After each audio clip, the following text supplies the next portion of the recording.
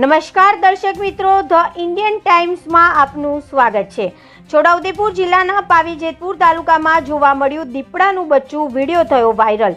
પાવીજેતપુર તાલુકાના મોટી આમરોલ, કંબોડિયા અને અણિયાંદરીની સીમમાં દીપડાનું બચ્ચું ટહેલતું જોવા મળ્યું હતું, જ્યારે સ્થાનિક ગ્રામજનોએ ઉતાર્યો વિડીયો, જ્યારે વન વિભાગને પણ એની જાણ કરવામાં આવી છે। વિડીયોમાં આપણે જોઈ શકીએ છીએ કે દીપડાનું બચ્ચું, જ્યારે સદર વિસ્તારમાં એવી પણ દહેશત જોવા મળી કે આ બચ્ચાની માતા દીપડી રહેતી હોઈ શકે, જે એક તપાસનો વિષય છે। પરંતુ હાલમાં દીપડાનું એક બચ્ચું ટહેલતા જોવા મળતા અચરજ ફેલાયું હતું।